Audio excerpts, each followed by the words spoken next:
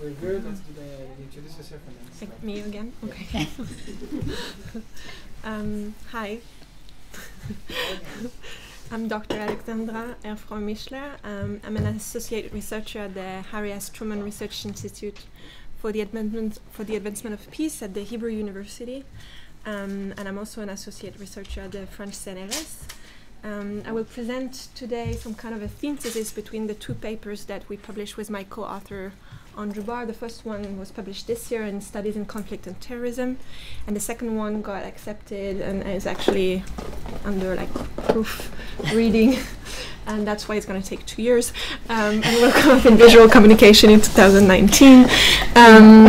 And we plan to keep on actually doing content analysis for further publication and research. So today I will explain you, give you some kind of rationale about the literature review and why we decided to do what we did. And then I want to comment really on our methodology that we had to build from scratch, because we're kind of the first one to do both visual, oral, and spoken communication, the three together, of this type of content. No? Am I gonna? Okay. The other yes. Okay, so first of all, let's talk about, generally speaking, we're dealing with execution videos. So that's beheading, immolation, droning, you name it. And the big rationale of the research is why do we need to be address such type of information, and what is the general aim of Daesh when was producing these videos usually. So we're dealing with the first year of existence from 2014 to 2015. And actually this is part of a bigger, broader aim, which Al-Qaeda leader Ayman al-Zawahiri said that actually what we need to do as a jihad is to get our message across the masses of the nation and break the media siege imposed on jihad movement. And this media battle is an independent battle that we must launch side by side with the military battle. So here we learn that the general agenda is to break the censorship of Western media on jihad movement. More precisely, so we had a declaration of what is the political agenda of such movement, and we have a quote from Abu Musab al-Zarqawi, so founder of Daesh, leader of Al-Qaeda. And he gave us some chronological steps. So first he says we need to expel the enemy, then establish the Islamic State, then we set forth conquer the land of the Muslim to return them back to us, and after that we fight the kuffar, which is a not nice word to call unbelievers, until they accept one of the three, which is the Islamic State, the land, or the religion. And I have sent with a sword between the hand of the hour. This is a general build, bitui, construction of the narrative. This is our political agenda. So if we sum up, we have some kind of very chronological step that needs to happen. So it's expelling the enemy from the ground, and then establish the Islamic State per se, which happened in 2014 concretely. Conquer the land of the Muslim, which is a war on the ground, and fight the kuffar, which is a war in the ideology. And here we are with the production of the videos. This is what we're focusing on now, which is basically communicating the political agenda to various audiences. So this is exactly where we were in 2014 after the establishment of the Islamic State and the production of execution video. So what was exactly at stake? First of all, the Islamic State is, most of all, some kind of a state built on ideology. So if we look at the literature, we're told that Muslims in general need to fight against what is perceived as a neo-colonialist crusading West. So the Crusaders and the Christian enemy are very center concept into the Islamic State ideology. So also the Islamic State allowed to fight against the Western cultural attack or the ideological attack that is meant to shatter the Muslim identity as part of a grand design to reconquer Muslim land. So here we are really fighting about ideologies, narrative, self-definition. And according to Ashgar, This type of a government, i.e. the Islamic State, is basically a reinforcement of Sharia law. Therefore, religion and statehood are completely intertwined. And this is where the message, the narrative is getting very complicated. So here this is what meant to be the Islamic State by 2019. Wow. Yep. That's us. Nah? That's everywhere, basically. Yeah, actually. Everywhere where it was. Just okay, it's even us. And Spain. Yeah. Even. We're not part of it. So I can safely go home. So how do we aim? How do we reach that purpose, right? So Coleman and Schiefelbein did a very systematic research calling naming this concept about propagation, which is basically saying the media battle is principally waged via a robust visual media and propaganda system. So here we are for Daesh. These are the three that we encountered when we did the research. Was the Al-Ittisam Media Foundation, Al-Hayat Media Center, and Al-Furqan Establishment for Media Production. So these are the three venues and spreading of both production and spreading of Daesh propaganda. So what do we aim to do? First of all, we really, when we were doing the literature review, we kind of found that there was a big gap, a big missing spot.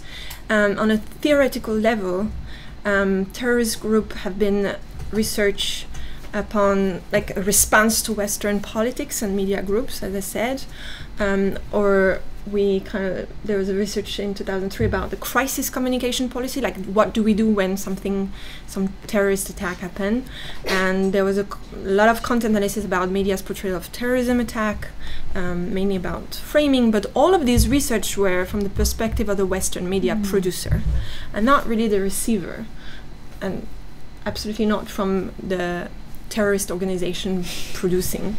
So I was feeling a bit lonely there.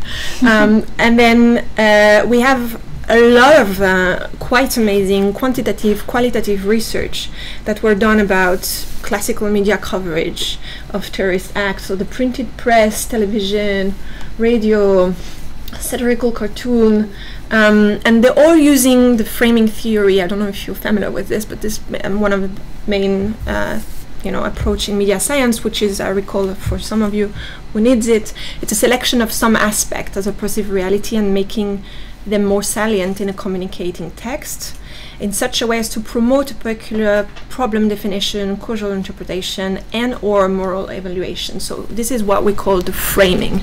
So when I refer to Daesh framing, I refer to how do they portray the problem, how do they explain that there is a problem, and how do they evaluate morally or religiously the problem that they're facing. So when we move to the internet and the new media, last year got published quite an amazing research from Weinmann about the role of the internet. You may recall that Western media decided to censor completely any input from like terrorist source. So therefore the internet was, especially the dark web, and this is also where we've been going to find some the material. But actually censoring totally kind of brought this situation where most of the communication is going through an unreachable arena. So there's a lot of research about how do media and terrorist group use this dark web to recruit and fundraise, train, operate. And we have a lot of research on blogs and user-generated content, video, website, forum, interplay, relay, chat, platform, channel, blogs, you name it. But a systematic research on just the video and just the execution video, we don't have any. Also because, it was produced in a mass production with Daesh. Now, if we look at the framing theory, agenda setting theory, journalism analysis, what do we have? So we have mostly the framing of Western media coverage and how it shaped like public opinion, national policy agenda.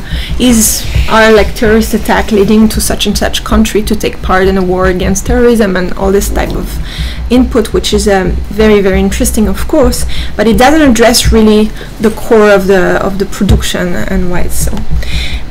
We got a hint. This is the only. We got a hint from one research from Salem et al. And basically they told us that video content analysis help understanding how extremist groups think, operate, and strategize. It's basically saying, you know what, you want to understand these people, you just look at what they're producing. This is as simple as that. Simple. But in order to reach this goal, you really need to include an automatic extraction of structural and semantic content. What that means, you really need to get the transcript of what is said in the original language and how it's articulated, linked to like cultural patterns, and this hasn't been done before because we're mostly Western researchers, and there's the problem of the language, the dialects, and cultural barriers that prevent you from understanding. So we were very careful when we were doing this research to always consult with experts on the narrative, to make sure that, of course, you can't avoid it 100%, but to make sure that we're not copy-pasting Western understanding on Eastern production. Now, once we've done this literature review, we're kind of feeling that we were bringing something new and important, but then came the big ethical question, right? Like, it has been shown that there are standards of value in Western media that prohibit display of graphic act of violence. That's a fact. And it has been shown also that, I want to say DAFCA, but like, especially for that reason, the group exploit these norms to accomplish their objective, right? The more it's shocking, the more it attracts people, and so on and so forth. So we're really wondering, if you know that your video is not going to be spread on regular YouTube, regular TV, why do you do this, right? So there must be something else that you aim that needs to be undercover, because we started with this main hypothesis that Daesh are very smart and they know what they're doing. I don't know if we're right, but we're not saying like they're barbaric and insane. Okay, but like they're barbaric and insane and very smart, which is why they're very dangerous and they need to be understood. So basically, in our research, we demonstrate how the hostage execution videos discourse is relying on what we refer to framing packages. And these framing packages, I'm going to get into details, of course, are linked to like values, norms, and archetype in order to create a recurrent and coherent organizational narrative aiming at segmenting Daesh audience. So this is very tricky. It's like as Daesh, I'm trying to produce narrative that make total sense, despite the fact that, of course, they're like linked in a very complicated way, in order to divide and address specifically each audience with the same message. Genius. Very, very sophisticated. Okay, so now I want to talk a little bit, I don't know, maybe this is interesting for you in terms of research, but we were very stuck with the methodology. I'm a grounded theorist and I'm happy with that.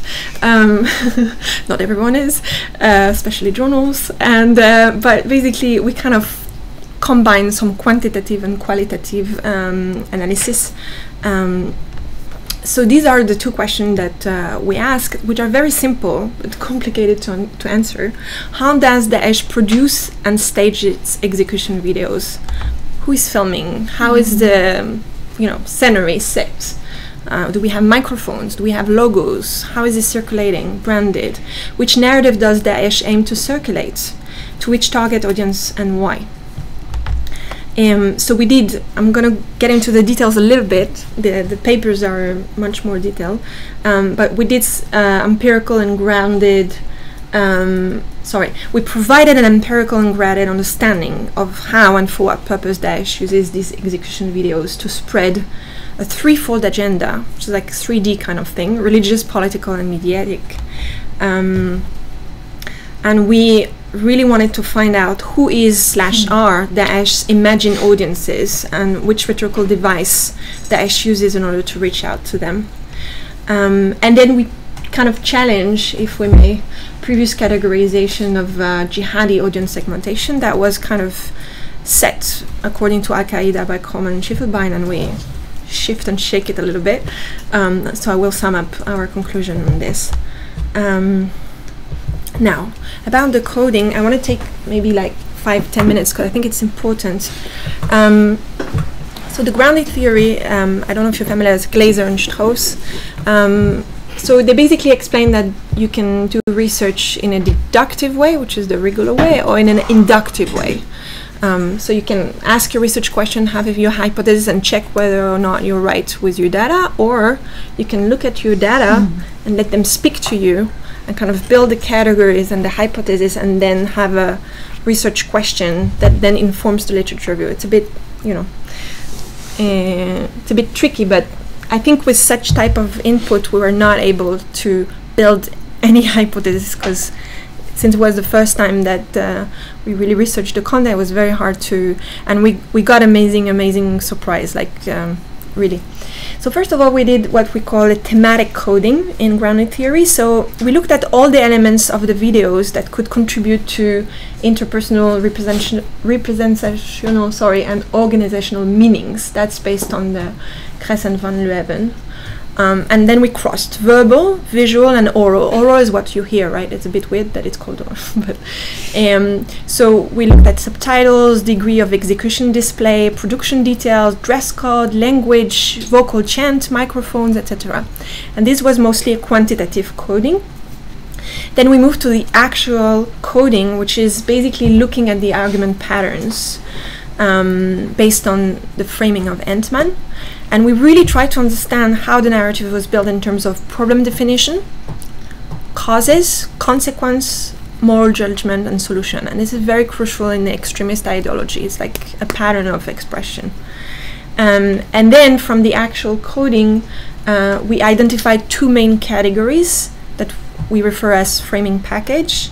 And this was systematically either talking about politics or religion. So I'm talking about 62 videos that we codified with like about 7 hours footage, and we managed to make two main categories, and within the categories there are some details. So this is what we built. So you see there is like a verbal communication element. So verbal is like anything that is written, so subtitles, and then visual communication. So is this a presentation, shooting, emulation, production detail, dress code, and oral communication about the language that is used. So we had to like be able to understand Pashto and all this stuff, and it was very interesting to really see what language were spoken and not.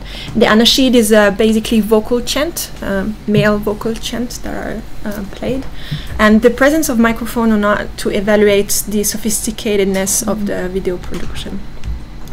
The second actual coding was about the religious framing. So the religious framing is really about these master narratives. I'm going to go back to them in a little bit. And then the black and white way of communicating of us versus them, so demonizing the other, excluding the other.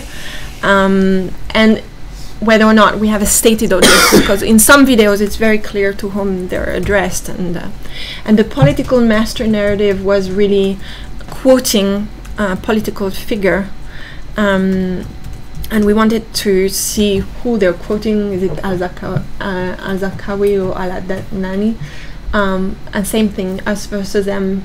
The victim nationality was very important. We made the interesting discovery about this. And the retaliation. So it's Italian law in Judaism. It's al-Qasas in Islam, and it's an eye for an eye. Maybe you know, this is just kind of like, I'm doing this to you because you did this to me, and which is completely off what really is written in the original version. But it's kind of playing out, justifying an execution because you deserve it because of what you did, kind of thing. And that's a very important message addressed to them. So how am I doing with time? Okay. So the quantitative results, and this is based on this quantitative result, we readjusted our hypothesis because we discovered stuff that were very not predictable. So the simple aspect is about the production of the 62 video. You know, we finished the code in June 15, and it was in a high up. We know there is like the year 15 and 16 was also, it's another 73 videos that we found that we need to code still for further research. But anyways, what it shows here is like this continuation of production and a big high after like Christmas time and New Year, you know. So it's like maybe it's in relationship with Western agenda. I'm not sure. We need to figure out. So now, who is producing this video? I.e., who is really filming the video per se? And we were very surprised that there is a wide spectrum of potential producer. First of all, this anonymous producer. Some came from the Sinai Peninsula, media office in Yemen, media office in Afghanistan and Pakistan, media office in Iraq and Syria, and this Al-Furqan Al-Itisam Al-Khayat that I mentioned before, which is only 13 out of 62. So despite the fact that they're the main like press agency of Daesh, they're not producing as much percentage that we could think. Syrian offices, this is another way of saying just random people that pledge allegiance to Daesh and filmed it. And most of the videos came from the office of Daesh province in Iraq, surprisingly, and not Syria. The other aspect, when we focused on the percentage of video that had a microphone, so this is not surprising that actually Al-Furqan Al-Itisam Al-Khayat would have most microphone because like the official, you know, production of Daesh. But then Iraq and Syria, only 1 out of the 2 video had a microphone, and then everything that came from Yemen, Sinai, Afghanistan, Pakistan was like random filming without any technical device, so you can barely hear the message or whatever. So then the logo was added, or the subtitle were added, or like, you know, some kind of transcription was added. In terms of language, we were extremely surprised, and this is when we kind of needed to readjust, because we were expecting to have mostly videos in English that were addressing Western audiences for some reason, because this is what we got from the Western media, but actually not. There were some videos, so Pashto, French, Arabic. So Pashto and French were with Arabic subtitles, French and Arabic with English and Arabic subtitle. Then we had Russian, Kurdish, English with Arabic subtitle. But most of them, 45 out of 62, were in Arabic without any subtitles. So if you think about it, most of the videos were not addressed to Western audience at all. And this is when we kind of had to figure out, okay, so these videos are not for Western audiences. So what is their aim and what is their audience really? In terms of, sorry, this is going to be a bit, you need more whiskey for that. Okay, so the most surprising is that there is no rationale of displaying the execution. What happened is that we have about 28% that were full display of the execution from the beginning to the end. 29%, which is pretty as much, just showing the beginning. So this here you can see that, you know, you just put the knife and you don't start to cut or whatever. And this is most likely filmed in order to be able to be spread to potential Western audience or Western interest. And then you had the famous before and after that maybe you have heard about. So it's like you show the victim before it got executed and after the head like disembodied or anything that shows that the person is dead and is kind of separated. But out of the full display, which is the most shocking and unmanageable scenery, the victims were Muslim victims. So if you think so, first of all, it's in Arabic. Second of all, the full display of the video is only about Muslim victims. And then the full display execution were like 57% military, 25% spies. So spies is a very interesting thing in Daesh. Spy can just be someone who does not agree, doesn't have to look for information, but a spy is like someone that ideologically kind of countered some kind of the narrative. 7% were like Arab Christians, 7% were called criminals, according to Sharia law, and 4% were civilians, that mostly random people that were punished for, like, you know, stealing something. But this is something you need to remind, right? Like Arabic without any subtitles, full display of the execution, only Muslim victims. So now what? Right? This is an example of the, you know, the branding. So you have Al Hayat Media Center in the corner left. You have the logo of Al Hayat, and then Arabic that everyone can read and understand, right? And then you have the translation. So usually the execution video will not just be about the execution video. It would be much more to that, like some kind of a general political or religious teaching or narrative that would legitimize the killing. About the language, so in percentage we have, as I said, mostly Arabic, and then some random Kurdish, Russian, French, Pashto, which is local dialect. Now, the rhetorical device, because I don't have, you know, I can send you back to the paper for like having a very detailed illustration explanation of each of it. So I'm just going to sum up kind of the result per se. So the rhetorical device on a political level is about quoting Daesh leadership, always, always, always saying, I'm pursuing this execution because I was commanded by X and Z. So I'm not acting as a soldier, I'm just obeying some order. And then propagation of operational and ideological success, which is very interesting if you compare to the actual advance on the ground and what happened to Daesh as an entity. It's kind of schizophrenic, right? It's like in the video we would always be speaking about how great we are advancing for our purpose and join in and look how strong we are and like how everything works out as planned because Allah is on our side and talala and talali.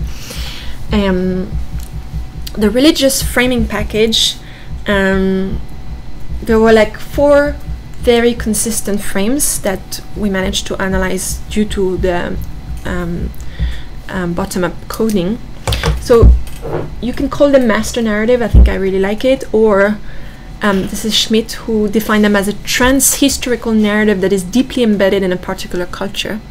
So basically these are words, keywords that once you pronounce them everyone knows what it means, right? And then instead of like bringing rational rhetorical argument, you just pop up the word and then ideas come together and then you can better kind of manipulate the meaning.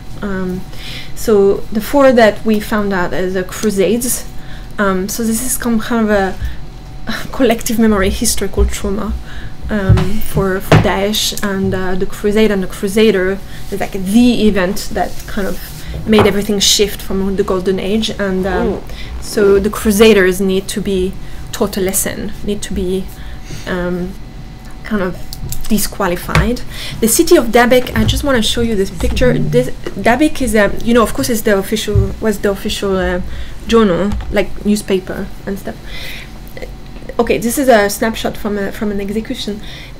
So any execution that would happen in a territory where Daesh is kind of holding the power would be situated in Dabiq. It doesn't matter where it is really. Dabiq is like the city of the end of time, where people will pay a special price so that the end of the world will come. So it's like, it's kind of the concept of Armageddon, or like they can. So if you say I execute you in Dabiq, it's like I am actually killing you because you need to be killed in order for the world to come, or the time to come, to just arrive. And that is very disturbing for the hostages, right? Because it's like imposing some kind of a religious meaning to the execution.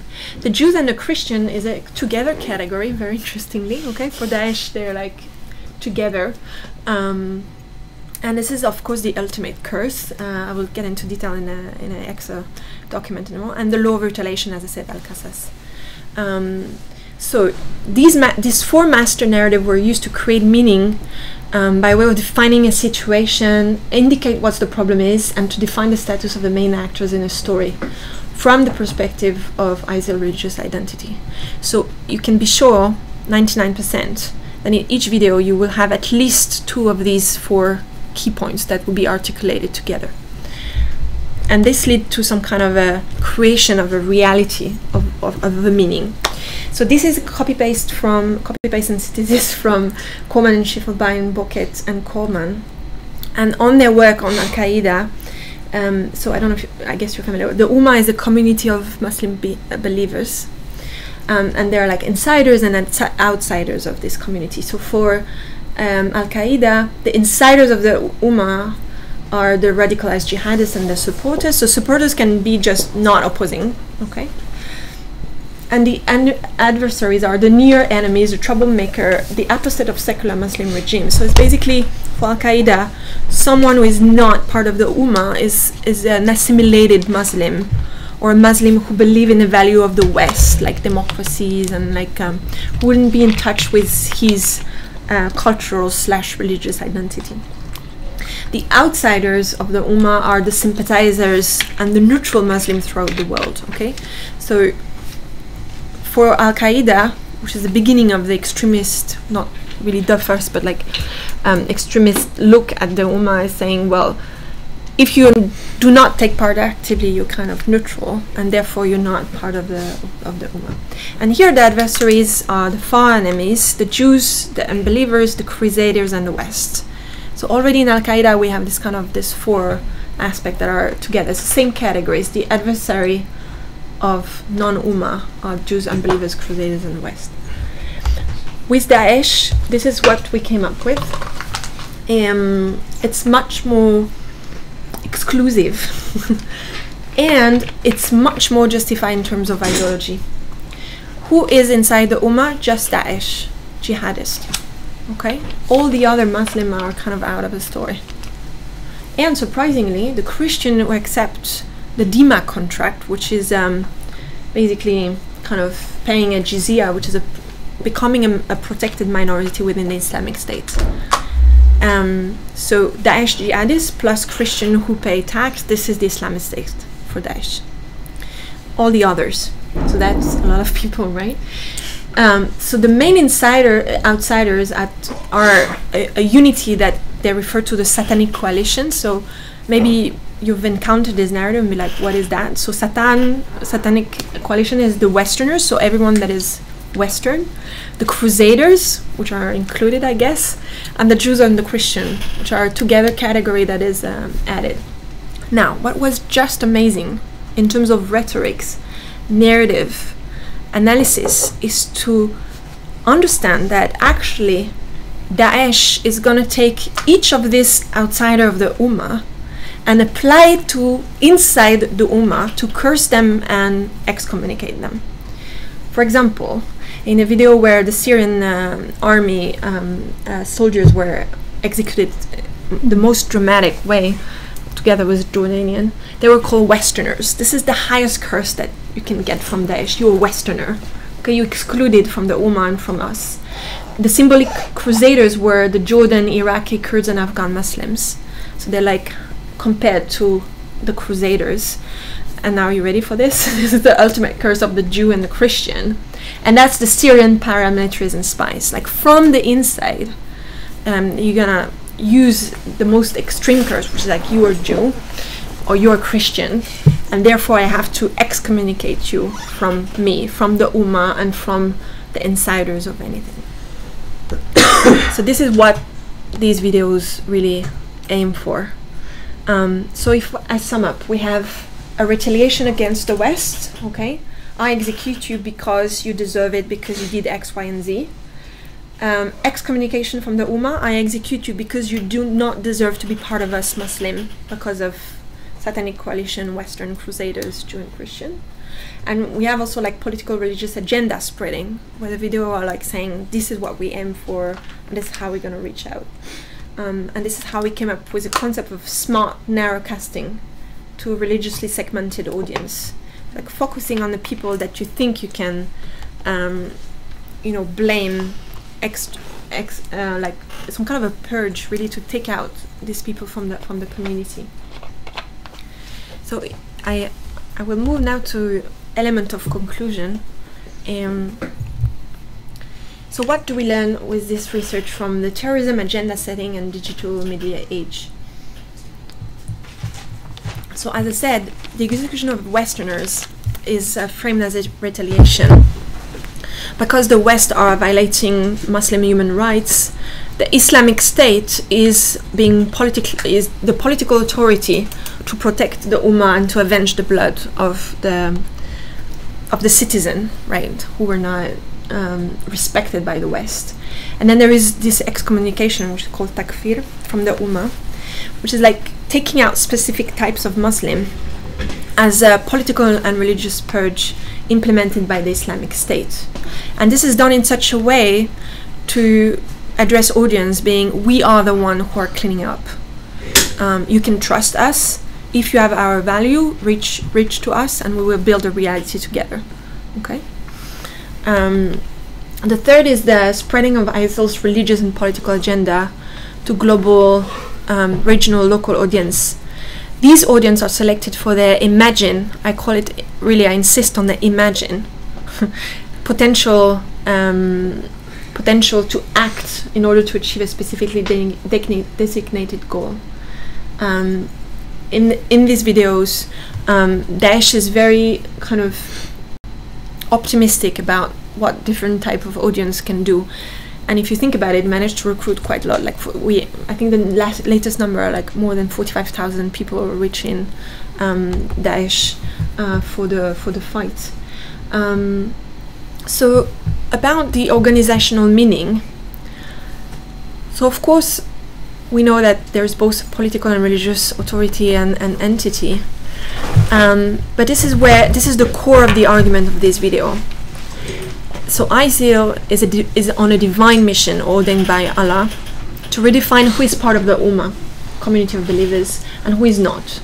And this is based on the interpretation of Islam Sharia in order to reach din wa dawla, which is unity of religion and state. So Daesh explained that in the Quran was already revealed what needs to be done, and this is a unity, it's a state where religion and state will work together based on Sharia law. And therefore, Daesh come in a certain time in history to make this happen on the ground, and then need to be trusted in a religious fury for its political power. Now I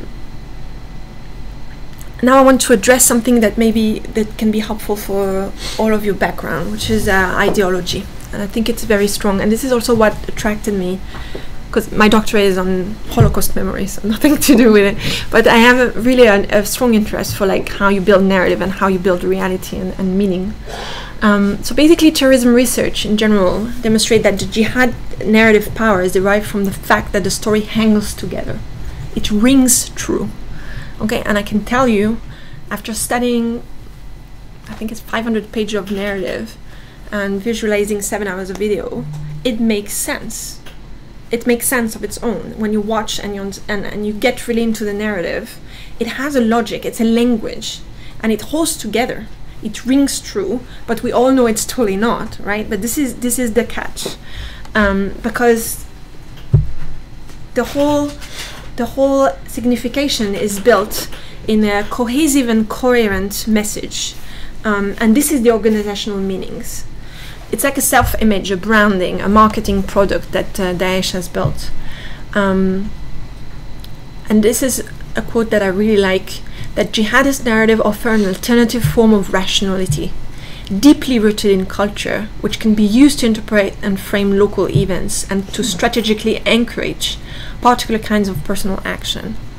Okay, it's like you're bringing ready-to-use meaning for everything that you're witnessing, so you can look at the reality in a certain way and make sense differently, and then understand that different action is to be taken. And the recent research is really pointing at that fact. I'm quoting Grebelski, Lichtman, and Cohen. And they tell us they work on hostage videos that are not from Daesh, different types of video. And they said the secret of the hostage video powers lies in the contradiction.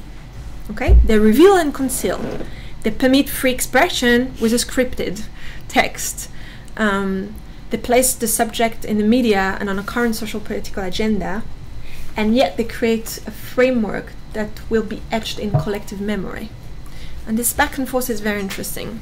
So our conclusion for the paper is saying that our finding points at the fact that discrepancies, contradiction, can also be intentional. Okay, and especially used in order to create organizational meaning. There's no problem for Daesh to say, in the name of Allah the Merciful, I will kill you. That's totally fine, right?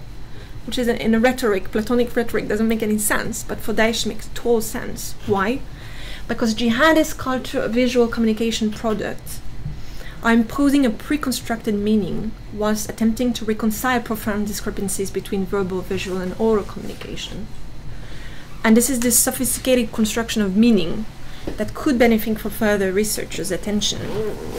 In order to build tools to grasp what is at stake when the meaning is constructed on the basis of fundamentalist ideology and by the articulation of multimodal communication, in order to counter the intended effect on the audience. Because the least I can say is that Daesh video really work well, and they reach their aim. So we're kind of caught and we kind of brainwashed, and we need some kind of tool to really decode what is the message in order to kind of counter it or communicate about it more clearly. Voilà.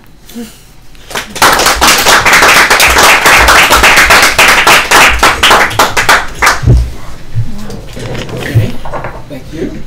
I'm not sure if that was optimistic or Optimistic. I think it's time to open the discussion further on the table. If anyone has a question or comment or whatever, I think. It's more a technical question, because you said you wondered that most of the videos were shot in Iraq, right? Sorry? In the beginning you said that you also wondered about it, that most of the videos were shot in Iraq, like it was Syria and then Iraq. Yeah. Do you have an explanation why, and do you know where exactly in Iraq? So we work with, it's called Intel Center. I don't know if you heard about it. It's like, it's a database that codified videos from the dark web, Okay. and make them accessible on a regular web, but you need to pay quite a lot of money to get it, and they're not censored. Mm-hmm. And we didn't find any explanation why Dafka in Iraq. I mean, I don't know if this is I was just very wondering about it, because I know that GTZ, the German Development Agency that works with technical things, they had a big, in North Iraq, they had a big project for over 10 years, which is also, I think it started in 2005 until 2015, for establishing media channels, equipping people with video, and teaching people how to shoot videos, how to produce their own TV channel, how to produce an own radio channel. That I don't know if there's a connection. Could be. I think it would be very interesting to look, maybe, like maybe people who have learned, use these tools or this knowledge to produce the video. It could be, yeah.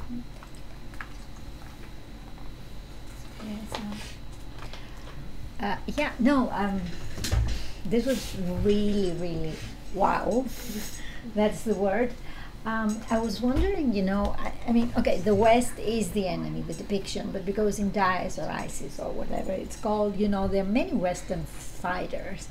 I was wondering to what extent whether you had any conclusion or about their involvement in this in the production of these videos. yeah. I don't You're know right. if there is, because we know that, for example, the famous Beatles now, you know, the British ones who are captured by Kurds, and now everybody wants them, and there are some so-called foreign fighters, Western foreign, which is the famous John or whatever. Yeah. So except from this John guy. Except from this John guy, yeah. We didn't code like whether the executioner was Western or local. I think my co-author would have more information about this. But that was not a criteria of coding, but it's a very interesting question indeed. Yeah, because I'm thinking if you know your one of your audience, which is you frame it in the seminar, although there are different audiences there, as we saw from your results. And, I know in terms of language, like you know, some subtitles or translation were done by Western fighters that joined Daesh for sure. Yeah, and I think the three unit of media, they benefited a lot from that was Western. my which is quite interesting. We have like more technology, advanced technology. Yeah, this is the downside. Just sort of a methodological question. You said that you used the videos that were sourced by Intelnet? Intel Center. By the Intel Center. So in the case of, like, how did the case selection work? Did they did you take everything that they sourced for that time, or is it, because I don't know, I mean I don't know their technology and how they work, but is it possible that your findings, especially with the Arab language, might in some way or form be connected to their sourcing priorities? No. So the way they work is that they so you have local infiltrated people that kind of send the data, or civilians that are paid to do that secretly. And Intel Center is processed, I think, by American intelligence mostly. And then we use research key terms that have about execution, Daesh and execution. Did you say they're paid by American intelligence? Intel Center, yeah. It's Intel Center is does that not strike you as a potential source of large bias? Not really, because first of all, we don't have any other source. If you look now in YouTube, you cannot find even 1% of what we researched. Second of all, the people who are connecting the information on the ground are local infiltrated people. Daesh sometimes has with WhatsApp or stuff like this, they would spread the videos. But it's kind of like centering any type of videos. So it's like a huge amount of data that come through. And this is why you need to pay money to access, because you basically pay local people to, you know, it can be like, I have a friend and I'm reporting I have a friend who has a video, and I would say, okay, do you want to give it to me and I pay you X, Y, and Z. Or like you steal the phone and you put it, and like stuff like this. And then amongst this huge amount of video, we have like we used keywords that is, you know, execution plus Daesh. We didn't research the propaganda video; they're huge in tons amount. I don't know why we were obsessed with executions.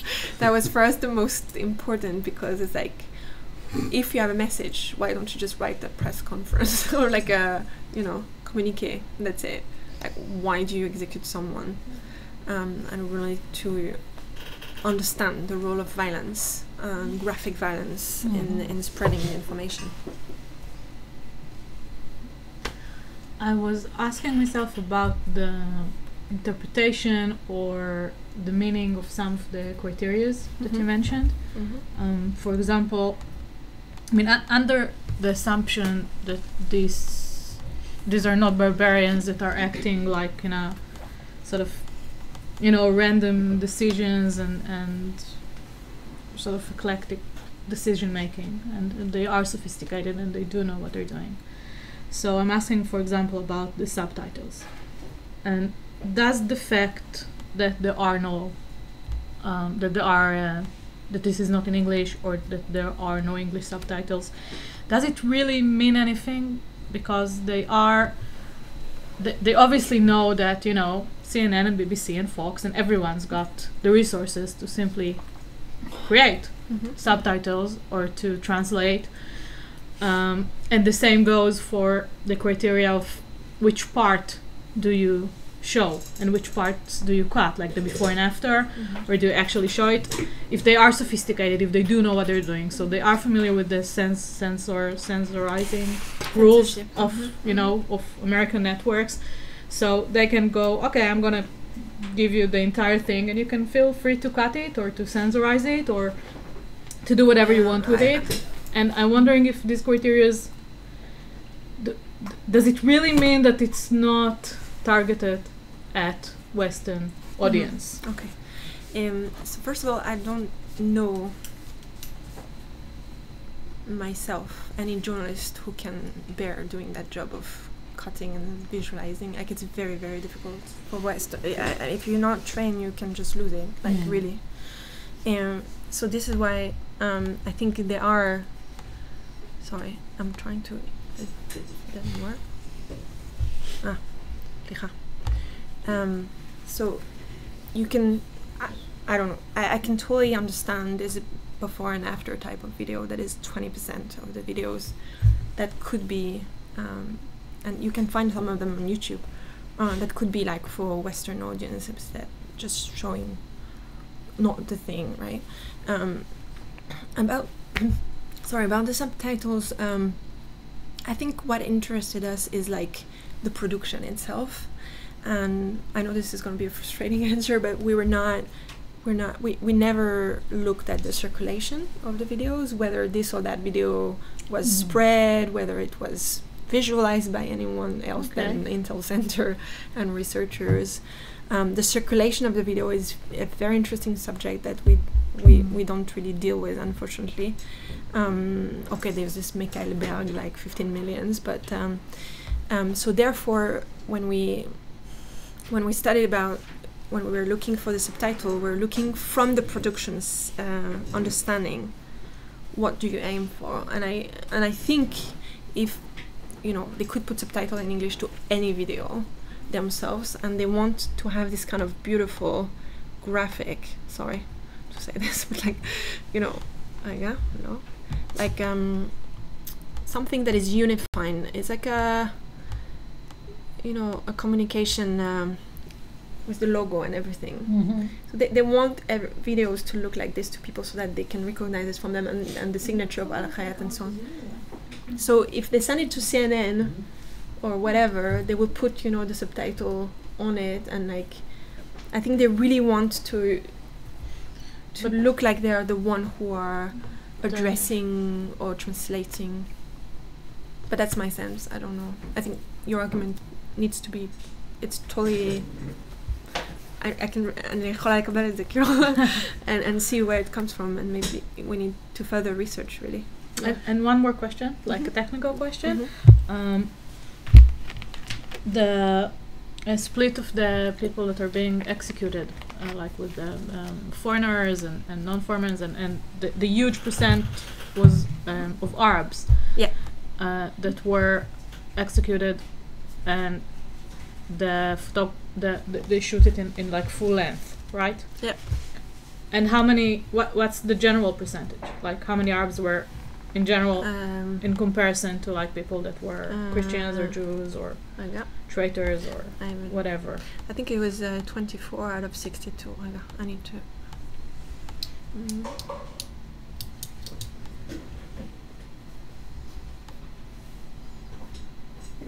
Because if the relation, if anyway there are like 60% more Arabs, then I'm not sure. The percentage of the victim, you mean? Sorry, I didn't follow that. It's alright. Well, you said that there's a huge percentage of the victims that are Arabs. Yeah. In specifically, if you look at the full length movies that shows the whole horror. Yeah. So most of them are Arabs. And I was asking what's the percentage of Arabs in general? Because if there are more Arabs, which there are, I assume anyway, I'm not sure if I think in the paper we have the number. I don't have it by head, sorry, but I can send you the paper and it's there. But I can guess from back of my mind that out of 62, I think 42 were Arabs. Only 42? Like 60% foreigners and 40% Arabs? No, like 80-20. 80% Arabs. So it makes sense that anyway, more Arabs would be executed in a full-length movies because there are more Arabs to start with. Yeah. Okay. And that's something that when I presented the research in France, people were like not ready to hear that because they're the victim, right? Yeah, which is true. But when I said, local Muslim people really suffer like tremendously from this ongoing violence too, it was kind of like, okay, so too bad.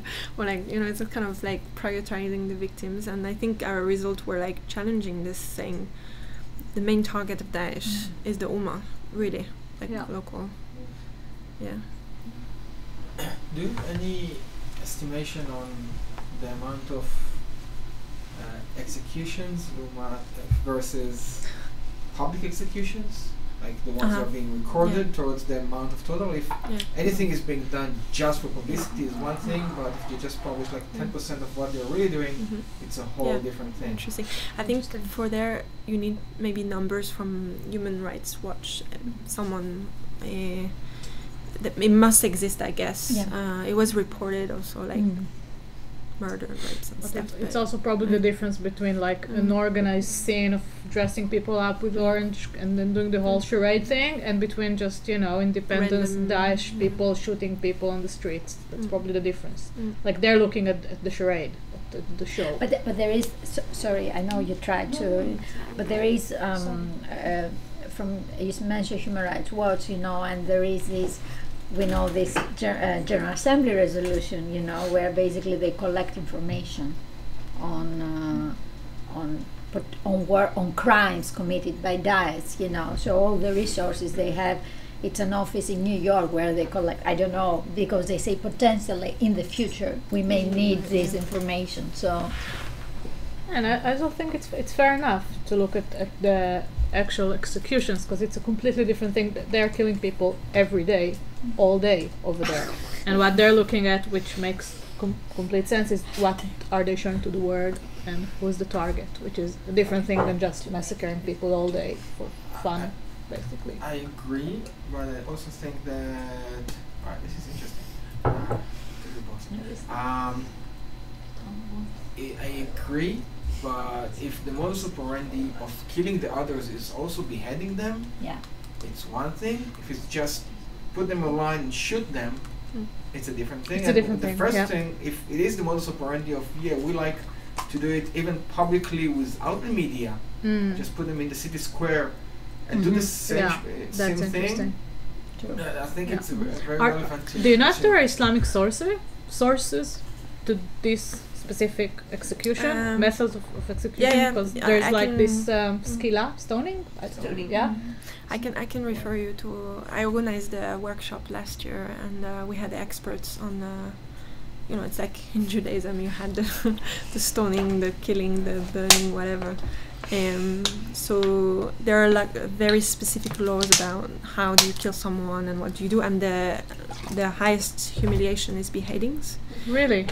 So I have also in the paper, but I think there is a how do we say this, correspondence between the killing of military, Syrian military or Iraq military, and the beheading.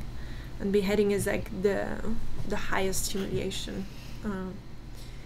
Because it's long and it's very difficult. Drowning is kind of faster somehow. Immolation is also. It's an interesting comparison between the three religions. Yeah. Who was the coolest? Oh, really? That's I think interesting. Who invented the? Yes, I thought coolest as well. In France we have this. We have the guillotine. In France, we use the guillotine, like the cutting of the head. The guillotine. The crossing was guillotine. Who invented it? Guillotine. Sliva. The crossing. The Romans. Yeah. So the Christians don't do that. That's the worst. They're I think so that's good, the worst. You know, they're beyond. No, that's the worst. That's It's a pure that's the religion, worst. you know. No violence in Christianity. Just some details. No, I think the there. crossing is the worst. but I can refer you to a researcher who has been doing this research from the Middle Age, like the patterns of public violence, and it's a bit, but it's very interesting sociologically because it's part of a ritual and like you know it's part of the game kind of being a society, and like public killing and killing with witnessing and like planned killing with witnessing. And different level of humiliation within the killing methods and stuff. I would just have a comment on this, but from a different angle maybe, or a different perspective, because like, you know, the Daesh implement the Sharia law, so I think like execution is like by law, like necessary and done. And from what I understood from stories from refugees, or what we reflected, is that especially in Syria, Daesh wasn't really popular. People didn't want them. So what you show us really proves this, that they needed this thing as a tool for their own people, to tell them like, listen, you listen to us, or this will have very severe consequences. There's a lot of before and after intimidating discourse, saying, especially in the killing of the Muslims, saying, if you do not, you know, obey to us or follow us, this is what we will do to you, because you're going to be a traitor because of the exile I showed you. If you're not with us, you're against us, so we're just going to kill you. And they would spread these videos before like advancing in a conquer on the military, and people would be so scared that they would be like, oh yeah, for sure, come over and we're fine, to not get mass killing. Do you have something, Sophia? No. I was wondering, because you mentioned that there is a second phase, another phase after your research, you know, and you say 70 more videos or something. I was wondering now that in principle, you know, DAESH is going. In principle, you know, what if there is a especially since it's instrumentalized as a tool of propaganda, you know, like now that we speak, and in principle DAESH is defeated. At least that's what they say. The official thing is. So that's that's exactly the point. Like I think the videos from 2014, 2015 were like on the hype, when Daesh was on the hype, just after they created the proclaimed the Islamic State. And so we plan to keep on coding and see how it's gonna go when you're on a down, right? Like, is the violence gonna be even more cruel, or are you gonna try to not be so scary? And like, are you going to try to develop a narrative of justification, like, but please join us because we're so amazing, you just don't realize it, kind of thing?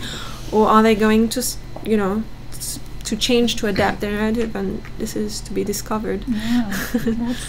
Just curiosity, but then if the surge of videos would be determined in order to find out their activity, then do you have any technology to ascertain when these videos were shot? Because were shot, for example, they can have a lot of videos, and then when they see that they are really reclining on battlefield, then they can release flurry of videos in order to establish that they are active and kicking and alive. So that's a problem for every research, right? Is the data. If we keep on working with Intel Center, we have some kind of a consistency with the methodology of gathering the information. That's kind of the best we can do. Yeah, I'm aware of like. Why I'm asking, because in Taliban's case, when Mullah Muhammad, who was head of Taliban, he died some 8 months ago, and the NATO forces in Afghanistan had no clue that he was dead, and they were still bargaining on behalf of his people, that he was sending his messages that we were ready to negotiate and all that, and the fact was that he was dead long back. So that's what I'm